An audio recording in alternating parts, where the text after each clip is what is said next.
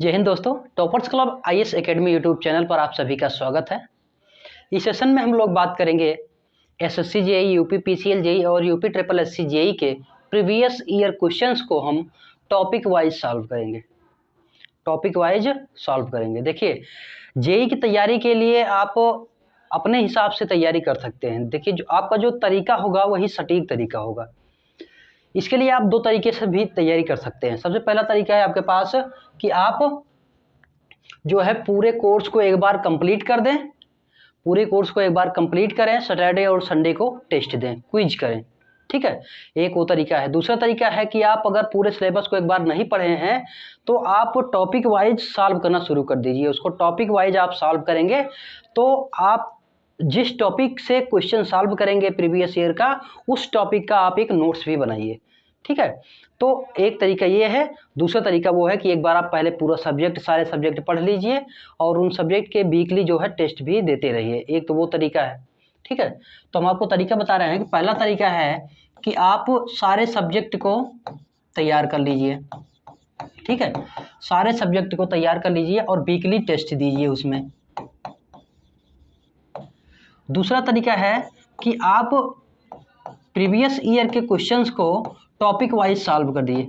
दूसरा है topic wise solve करिए।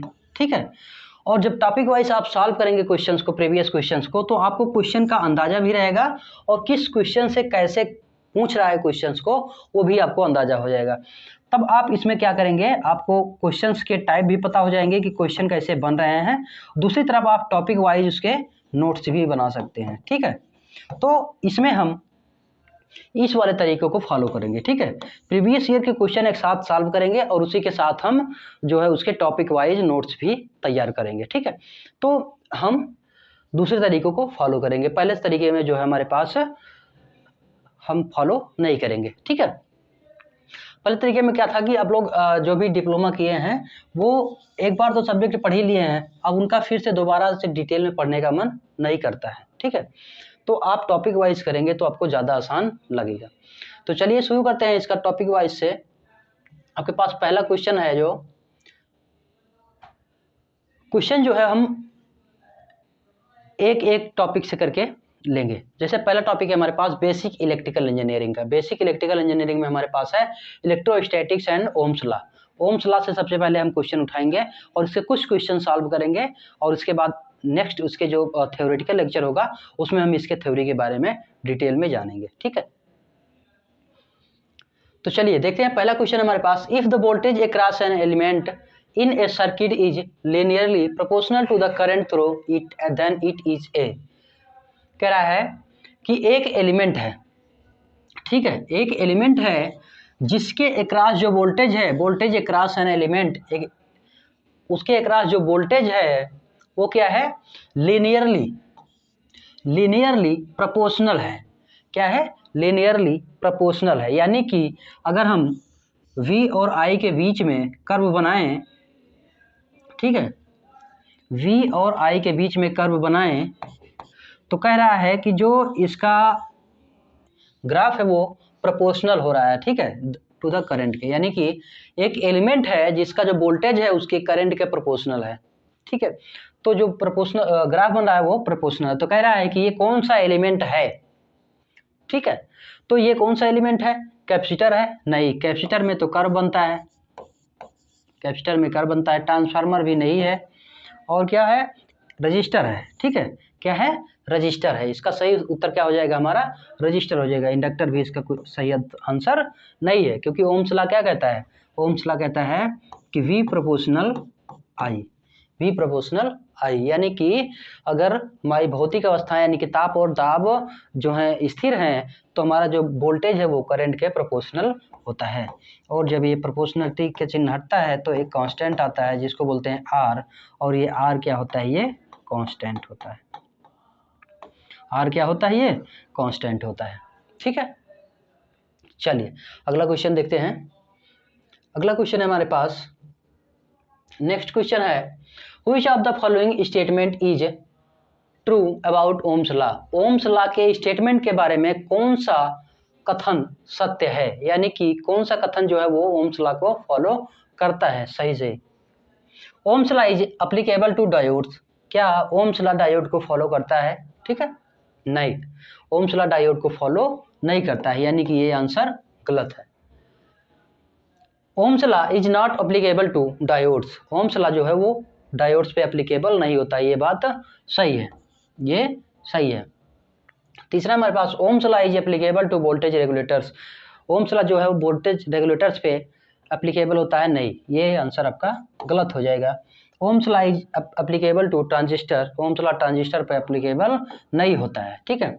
ओम्स लॉ जो होता है वो एप्लीकेबल होता है, ओम्स लॉ जो होता है वो एप्लीकेबल होता है रजिस्टेंस पे, इंडक्टेंस पे और कैपेसिटेंस पे, ठीक है, ये तीन चीज़ों पे लागू होता है, ठीक है। या फिर जैसे ट्रांसमिशन लाइन होती है हमारी, वहाँ पे भी हमारा ओम्स लॉ फॉलो हो जाता है। लेकिन जो हमारे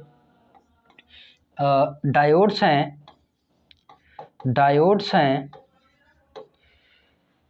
रेगुलेटर्स हैं, वोल्टेज रेगुलेटर्स हैं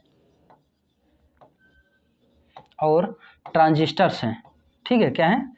ट्रांजिस्टर्स हैं, इन पर ओम्स लॉ लागू नहीं होता है, यानी कि इन पे एप्लीकेबल नहीं होता है। हमारा जो ओम्स लॉ होता है वो डायोड्स, रेगुलेटर और ट्रांजिस्टर्स पर एप्लीकेबल नहीं होता है, यह सिर्फ रेजिस्टेंस, इंडक्टेंस और कैपेसिटेंस पर एप्लीकेबल होता है, ठीक है।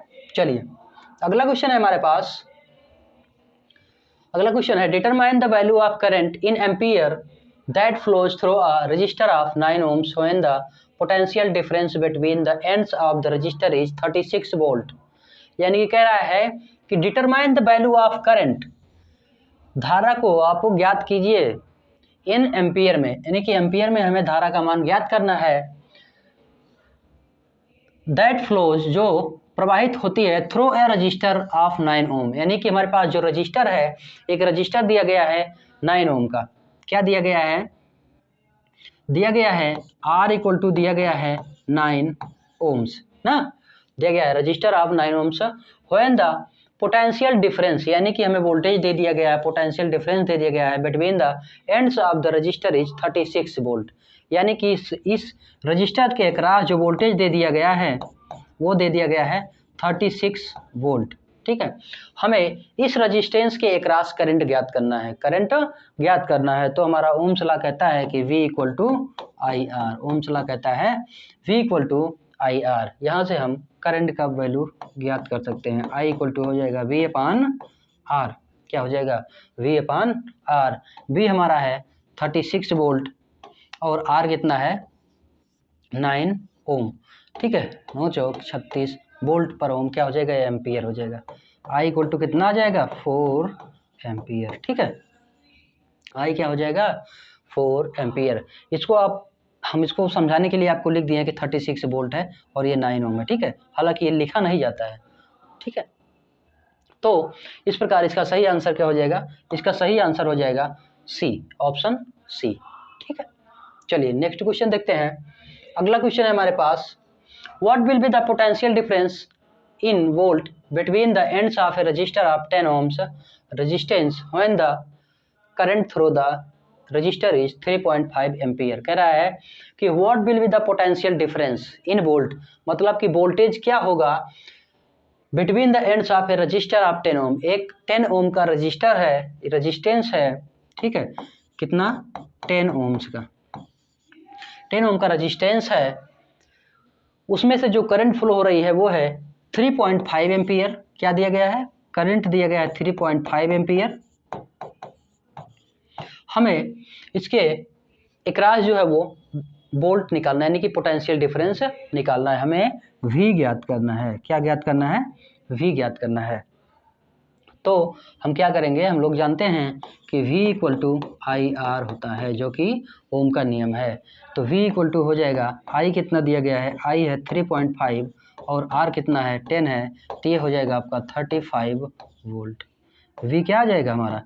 V हो जाएगा 35 वोल्ट, V हो जाएगा 35 वोल्ट, ठीक है। कौन सा आंसर सही है? आंसर ए इसमें का सही है, ठीक है, आंसर ए आपका सही है, ठीक है।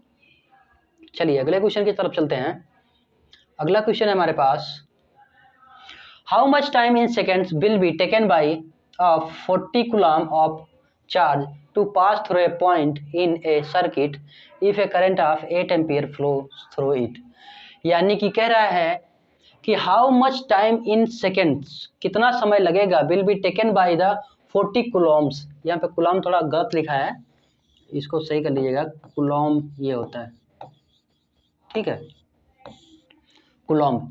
40 coulomb of charge to pass through a point in a circuit if a current of 8 ampere. यानी कि हमको समय निकालना है, टी निकालना है, समय ज्ञात करना है, time in second will be taken by the 40 Coulomb. आवेश का मान हमको दे दिया गया है, क्यू का मान हमको दिया है 40 कुलॉम। कुलॉम को सी से रिप्रेजेंट करते हैं, ठीक है। पास through a point in a circuit of, current कितना है, 8 एम्पियर है।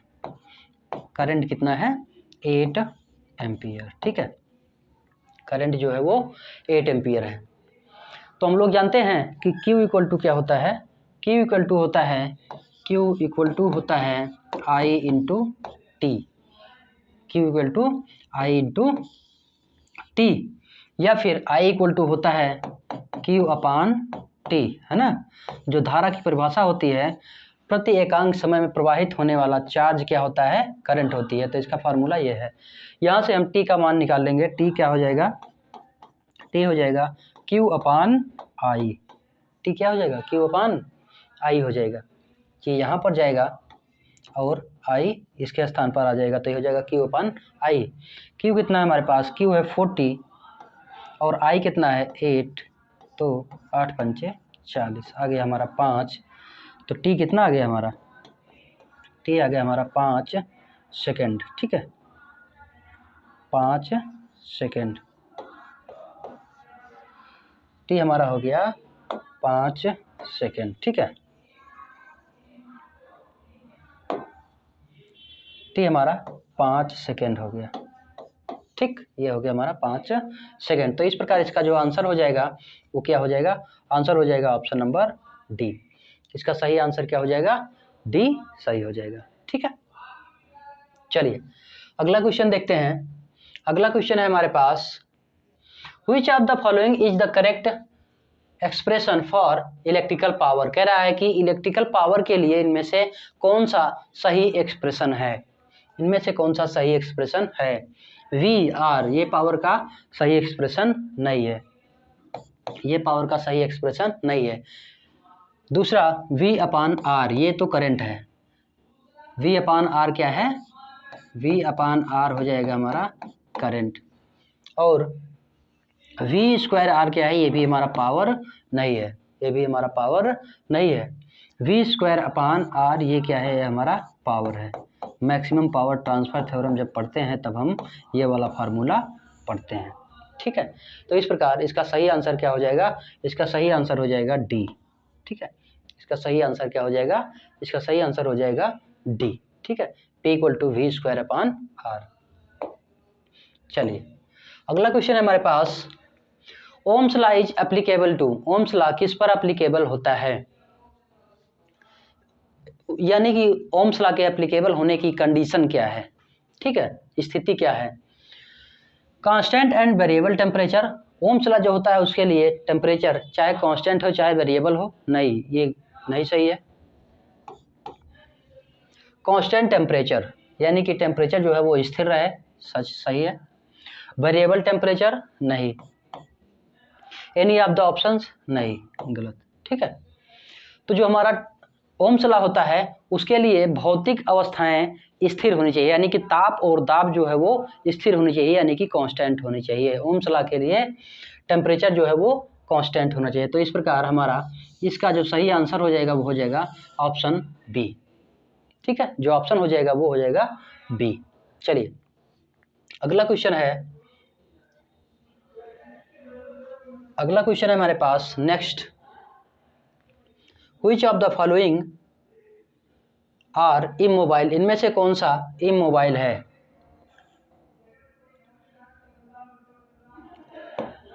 इनमें से कौन सा इमोबाइल है, यानी कि एक स्थान से दूसरे स्थान पर वो मूव करता है, एक स्थान से दूसरे स्थान पर जाता है। तो which of the following are immobile, यानी कि कौन एक जगह स्थान से दूसरे स्थान पर नहीं जाता है। तो इलेक्ट्रॉन क्या होता है, इलेक्ट्रॉन तो एक तत्व से दूसरे तत्व में ट्रांसफर हो जाता है, ये भी इमोबाइल है। होल्स, होल्स भी एक जगह से दूसरे स्थान पर ट्रांसफर होते हैं। हमारे जो आयंस होते हैं वो एक स्थान से दूसरे स्थान पर ट्रांसफर नहीं होते हैं। तो इस प्रकार इसका जो सही आंसर हो जाएगा ये हो जाएगा, इसका जो सही आंसर हो जाएगा वो हो जाएगा आयंस। क्या हो जाएगा, आयंस। ठीक है, इसका सही आंसर हो जाएगा आयंस। ठीक, क्योंकि आयंस जो होते हैं वो न्यूट्रलाइज हो जाते हैं, फिर वो उदासीन हो जाते हैं, फिर वो ना गति नहीं करते हैं। ठीक है, चलिए अगला क्वेश्चन है हमारे पास। अगला क्वेश्चन है determine the power dissipated by a 16 ohms resistor when the potential difference between the ends of resistor is 32 volts. ठीक है, कह रहा है कि डिटरमाइन द पावर डिसिपेशन, मतलब कि कितनी ऊर्जा खपत हो रही है बाय ए 16 ohms रजिस्टर। एक 16 ओम का रजिस्टर है, यानी कि आर हमारा दिया गया है 16 ओम। आर क्या दिया गया है, 16 ohm. When the potential difference between the ends of resistor is 32 volt, यानी कि पोटेंशियल डिफरेंस जो है बी जो है वो दिया गया है 32 वोल्ट का। ठीक है, कह रहा है कि हमें पावर डिसिपेशन चाहिए, कितनी पावर वहाँ पे डिसिपेट हुई है यानी कि खपत हुई है। तो हमें ज्ञात करना है पावर। तो पावर के लिए जो फार्मूला हो जाएगा वो हो जाएगा P = v² r। क्या हो जाएगा, P = v² r। ठीक है, तो यहाँ पर आप रख दीजिए v का मान है 32, तो 32 × 32 बाई r का मान है 16, तो 16 दूना 32 और 32 दूना 64। ठीक है, तो P हमारा क्या हो जाएगा, P हमारा हो जाएगा 64 वाट। क्या आ जाएगा, P हमारा हो जाएगा 64 वाट, यानी कि ऑप्शन नंबर डी सही हो जाएगा।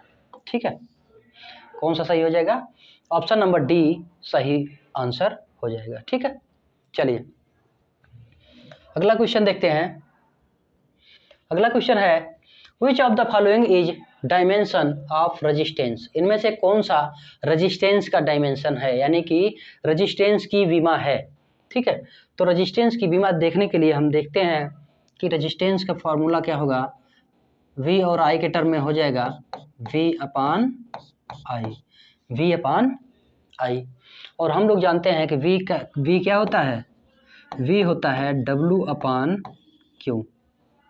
V क्या होता है, W/Q, यानी कि प्रति एकांक चार्ज को ले जाने में किया गया कार्य ही पोटेंशियल डिफरेंस होता है, यानी कि विभवांतर होता है। ठीक है, और करंट क्या होती है, करंट होती है Q/T, यानी कि प्रति एकांक समय में ले जाया गया चार्ज ही करंट होती है।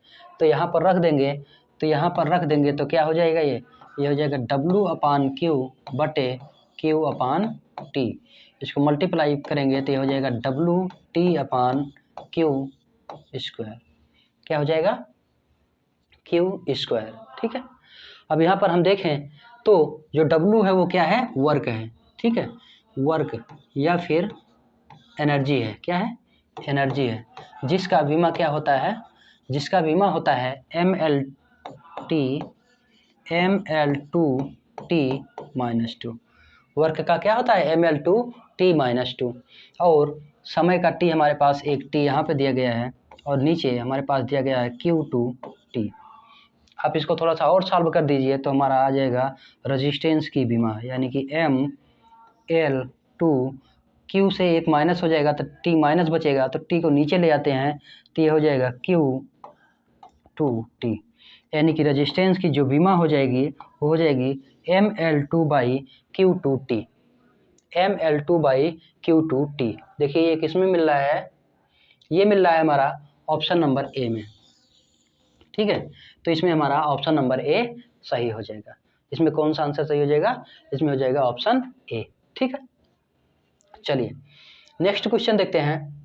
नेक्स्ट क्वेश्चन है हमारे पास, if 12.25 × 10⁻16 electrons pass through a conductor in 1 second, then how much current in milli ampere will be, इनमें से कितनी करंट फ्लो होगी। ठीक है, तो इसमें नंबर ऑफ इलेक्ट्रॉन्स दिए गए हैं, यानी कि हमें दिया गया है n इक्वल टू दिए गए हैं 12.26 इंटू 10 की पावर 16 इलेक्ट्रॉन्स। कितने दिए गए हैं? 16 इलेक्ट्रॉन्स। और क्या दिया गया है? टाइम दिया गया है, t दिया गया है, t दिया गया है 1 सेकेंड। ठीक है। Then how much current in milli ampere will be, यानी कि करंट पूछ रहा है, करंट हमसे पूछ रहा है। तो करंट ज्ञात करने के लिए सबसे पहले हम ज्ञात करते हैं कि उसमें आवेश क्या था। ठीक है, क्या होता है आवेश? आवेश क्या था? यहाँ पर हमारे पास इलेक्ट्रॉन्स हैं, तो जो इसमें आवेश निकालेंगे हम, आवेश हो जाएगा Q equal to N E. Q equal to क्या हो जाएगा? एन ई, जहाँ पर n क्या है? नंबर ऑफ इलेक्ट्रॉन है, और E क्या है? इलेक्ट्रॉन पर आवेश है, इलेक्ट्रॉन पर कितना आवेश होता है। ठीक है, तो ये n हो जाएगा 12.26 इंटू 10 की पावर 16 इंटू इलेक्ट्रॉन पर आवेश कितना होता है? इलेक्ट्रॉन पर आवेश होता है 1.67 इंटू 10 की पावर -19 कूलम। कितना होता है? -19 कूलम। ठीक है, इसको सॉल्व करेंगे आप, इसको सॉल्व करेंगे तो ये 20 पॉइंट समथिंग के आसपास आएगा। ठीक है, इसमें आपके पास 20 पॉइंट समथिंग के आसपास आएगा। ठीक है, 20 पॉइंट समथिंग और मल्टीप्लाई में -3। ठीक है, कितना आएगा? 20 पॉइंट समथिंग -3 आएगा। ठीक है, इसके बाद आप करंट निकाल लीजिएगा। जब आपके पास आवेश आ गया, Q का मान आ गया, तो आप करंट निकालेंगे तो Q अपान T हो जाएगा। और Q कितना आ गया है हमारा? 20 पॉइंट इंटू 10 की पावर -3 बटे T हो जाएगा 1 सेकेंड। T क्या हो जाएगा हमारा? 1 सेकेंड हो जाएगा। ठीक है, तो 1 से डिवाइड करेंगे तो वही आंसर आ जाएगा। तो हमारा जो आंसर हो जाएगा वो लगभग हो जाएगा ये वाला। क्वेश्चन नंबर डी सही है। ठीक है, क्वेश्चन नंबर डी इसका सही आंसर हो जाएगा। इसमें आप ध्यान रखिएगा कि सबसे पहले हमारे पास क्या दिया गया है? हमारे पास दिया गया है नंबर ऑफ इलेक्ट्रॉन दिया गया है, समय दिया गया है, और करंट हमें ज्ञात करना है। तो सबसे पहले हम क्या करेंगे? आवेश ज्ञात करेंगे। सबसे पहले हम आवेश ज्ञात करेंगे, आवेश ज्ञात करने के बाद हम करंट को ज्ञात कर लेंगे। ठीक है, ठीक, चलिए अगला क्वेश्चन देखते हैं। अगला क्वेश्चन है हमारे पास, static electricity is produced by, जो स्थैतिक इलेक्ट्रिसिटी है, स्थैतिक विद्युत ऊर्जा है, वो कैसे प्रोड्यूस होती है? केमिकल रिएक्शन से? नहीं, स्थैतिक रिएक्शन जो है केमिकल से नहीं रिलीज होती है, फ्रिक्शन से। हाँ, स्टैटिक इलेक्ट्रिसिटी जो है वो फ्रिक्शन से होती है, इंडक्शन से होती है। सही है, ये भी सही है। ठीक है, यानी कि बोथ फ्रिक्शन एंड इंडक्शन दोनों हमारा सही है। जब हम फलालेन की छड़ को किसी रेशम से रगड़ते हैं तो वो आवेशित हो जाता है। तब हम जब कांच के टुकड़े में उसको लगाते हैं तो कांच के टुकड़े को आकर्षित कर लेता है। या फिर एग्जांपल हम इस तरह कहें कि जब हम कोई स्केल को अपने बालों में रगड़ते हैं, थोड़ी देर रगड़ने के बाद जब उसको कागज़ के टुकड़ों के पास ले जाते हैं तो कागज़ के टुकड़े स्केल में चिपक जाते हैं। यही स्टैटिक इलेक्ट्रिसिटी का एग्जाम्पल है। ठीक है, तो इसमें आपके पास दो हैं, एक है फ्रिक्शन और दूसरा है इंडक्शन। ठीक है, चलिए अगला क्वेश्चन देखते हैं। अगला है हमारे पास, find the odd on out regarding Ohm's law. Ohm's law के रिगार्डिंग कौन सा जो है एक अलग है, मतलब कौन ओम्स लॉ को फॉलो नहीं करता है? सबसे पहले इसमें वैक्यूम ट्यूब। हाँ, तो ये वाला सही है, पहला ऑप्शन सही है। जो ओम्स लॉ है वो वैक्यूम ट्यूब में फॉलो नहीं होता, यानी कि जो ओम्स लॉ है वो वैक्यूम में अप्लाई नहीं होता है। ठीक है, और बाकी ओम्स लॉ जो है वो कंडक्टर में भी लागू होता है, डीसी सर्किट में भी लागू होता है, और हाई वोल्टेज सर्किट में भी लागू होता है। ओम्स लॉ जो है वो वैक्यूम ट्यूब में लागू नहीं होता है। ठीक है, निर्वात में काम नहीं करता है। अगला है, electric charge measured in Coulomb's has the charge of how many electrons, यानी कि कह रहा है कि जो इलेक्ट्रिक चार्ज होता है एक कूलम, उसमें कितने इलेक्ट्रॉन्स होते हैं, एक कूलम में कितने आवेश होते हैं, कितने इलेक्ट्रॉन्स होते हैं। ठीक है, तो अगर हम बात करें कूलम्स की, तो एक कूलम जो है वो बराबर होता है कितने के? क्यू जो है हमें एक याद करना है, एक कूलाम में कितने इलेक्ट्रॉन्स होते हैं, कितने इलेक्ट्रॉन्स होते हैं। तो हम जानते हैं कि Q इक्वल टू होता है एन ई, हम जानते हैं कि Q इक्वल टू होता है एन ई। ठीक है, ई क्या है, ई हमारा इलेक्ट्रॉन पर आवेश है और Q कह रहा है कि हमारे पास 1 कूलाम है और हमें एन निकालना है। तो एन क्या हो जाएगा, Q अपान ई हो जाएगा और Q क्या हो जाएगा 1 हो जाएगा और E क्या हो जाएगा 1.67 इंटू 10 की पावर माइनस 19 कूलाम हो जाएगा। इसको आप लोग डिवाइड कर दीजिएगा, जो भी आएगा वो आपका आंसर हो जाएगा। ठीक है, जो भी आएगा वो आपका आंसर हो जाएगा। इसको आप मल्टीप्लाई करेंगे तो ये हो जाएगा 1/1.67 इंटू 10 की पावर 19 ऊपर चला जाएगा और जब इससे डिवाइड करेंगे तो 2 जीरो बढ़ा देंगे तो जीरो खत्म हो जाएगा, बचेगा 167। अब आप इसको डिवाइड कर लीजिएगा, जो भी ऑप्शन आएगा वो आपका सही आंसर हो जाएगा। ठीक है, आप इसको कैलकुलेट कर लीजिए, जो आएगा वही आपका सही आंसर हो जाएगा। ठीक है, और आंसर करके हमें कमेंट करिएगा कि इनमें से कौन सा आंसर सही है। ठीक है, चलिए नेक्स्ट क्वेश्चन पर चलते हैं। अगला क्वेश्चन है हमारे पास, for the transmission of heat from one body to another body, मतलब एक बॉडी से दूसरे बॉडी में जो हीट है वो कैसे ट्रांसफ़र होती है, वो कैसे ट्रांसफ़र होती है।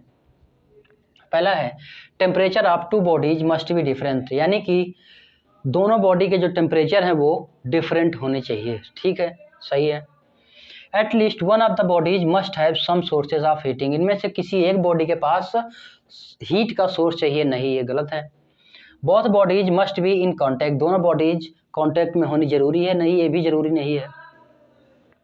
Both bodies must be solid, दोनों बॉडीज सॉलिड ही होनी चाहिए, ये भी मस्ट नहीं है। ठीक है, तो इनमें से कौन सा ऑप्शन सही है, इनमें से सही है कि temperature of two bodies must be different, यानी कि हमारे पास जो दो बॉडी हैं उनका टेम्परेचर जो है वो डिफरेंस होना चाहिए। इसका एग्जांपल आप देख सकते हैं कि जब हम गिलास में पानी में गर्म करके गिलास में रखते हैं तो गिलास के बाहर जो है वो छोटी छोटी बूंदें आ जाती हैं, तो वो टेम्परेचर डिफरेंस के कारण होता है। ठीक है, बाहर का टेम्परेचर कम रहता है, अंदर का ज़्यादा रहता है, तो उसके कारण वो आगे जम जाते हैं। ठीक है, तो हीट ट्रांसफ़र के लिए हमारे पास 3 तरीके हैं। ठीक है, एक है कंडक्शन,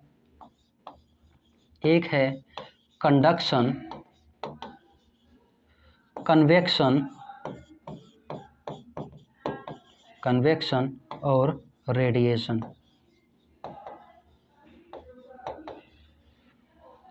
एक बॉडी से दूसरे बॉडी में हीट ट्रांसफ़र के ये 3 मेथड हैं।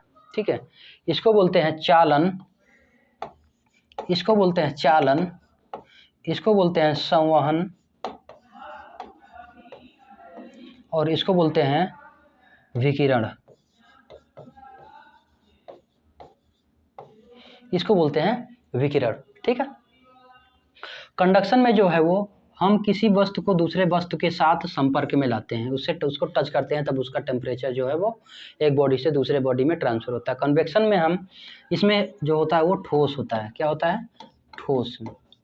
ठीक है, कन्वेक्शन जो है हमारा लिक्विड और गैस के लिए होता है, यानी कि हमें लिक्विड में जो हीट है ट्रांसफ़र करना होता है, तो ये कन्वेक्शन, उसको कन्वेक्शन बोलते हैं। ठीक है, लिक्विड में और गैस में।